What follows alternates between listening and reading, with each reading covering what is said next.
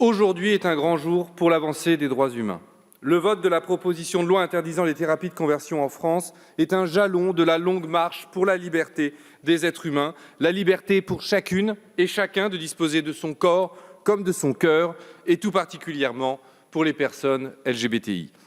Le chemin a été long. En 1750, Bruno Lenoir et Jean Diot sont exécutés sur un bûcher. C'est la dernière exécution en France pour homosexualité.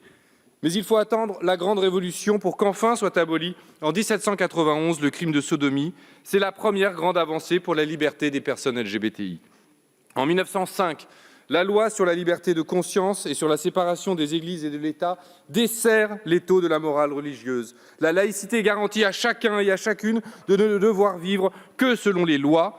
Dès lors, notre rôle de législateur est d'accompagner ce mouvement de libération.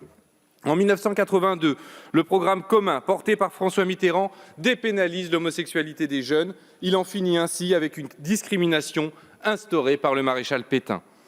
En 2013, le mariage est enfin ouvert à tous les couples, indépendamment de leur orientation sexuelle. En 2016, c'est la démédicalisation de la transition de genre. Et en 2021, nous avons voté l'ouverture de la PMA à toutes les femmes. Mais il reste encore et toujours des discriminations sur la filiation et pour l'accès de la PMA pour les personnes trans.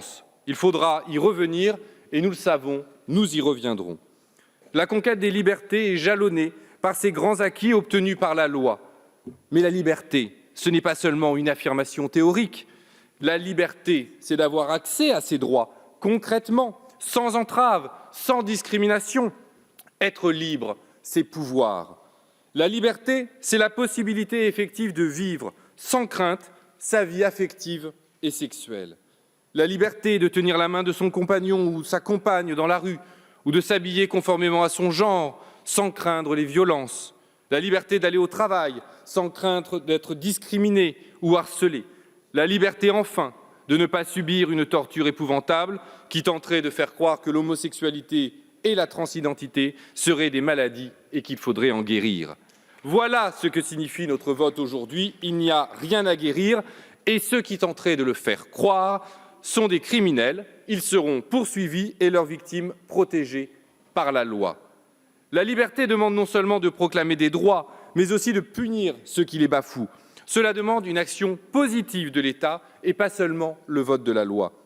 C'est pourquoi, en tant que rapporteur d'application, je serai particulièrement attentif aux mesures prises pour l'application de cette loi. Car il est indispensable de faire connaître aux agents du service public, notamment les protections qu'elle confère au personnel éducatif pour les actions de prévention des LGBT-phobies et d'alerte autour des jeunes LGBTI qui seraient pris dans des réseaux de thérapie de conversion afin de les en extraire, au personnel de police et de gendarmerie pour que les plaintes soient prises en tenant compte du délit de thérapie de conversion, au personnel judiciaire ensuite et de façon générale à toutes celles et ceux susceptibles de recueillir la parole des victimes, notamment des jeunes victimes. Car les thérapies de conversion sont particulièrement destructrices, surtout quand elles s'en prennent aux jeunes en construction de leur identité. Elles s'en prennent directement à la capacité à avoir de la confiance en soi, la capacité à nouer des relations affectives et sexuelles. Ce vote est l'aboutissement d'un long travail que j'ai mené avec notre rapporteur Laurence Vanceunebroek, que je tiens à remercier tout particulièrement pour sa ténacité. Je remercie également toutes celles et ceux qui ont eu le courage de parler, publiquement ou anonymement, pour dire ce qui leur était arrivé, et tout particulièrement le collectif Rien à guérir, qui porte cette parole en France, dont je salue la présence au sein de notre hémicycle aujourd'hui. Mais le vote aujourd'hui est une étape qui en appelle d'autres à venir, car il reste de nouvelles libertés à conquérir. Je pense notamment à la liberté de son genre, qui sera la prochaine grande conquête, je l'espère, à venir.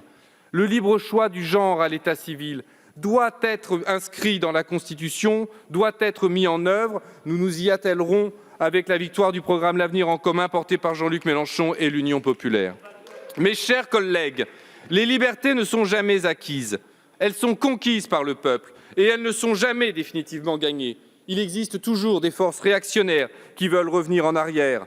Il en va ainsi des droits des femmes qui sont remis en cause quotidiennement, à commencer par le droit à l'avortement.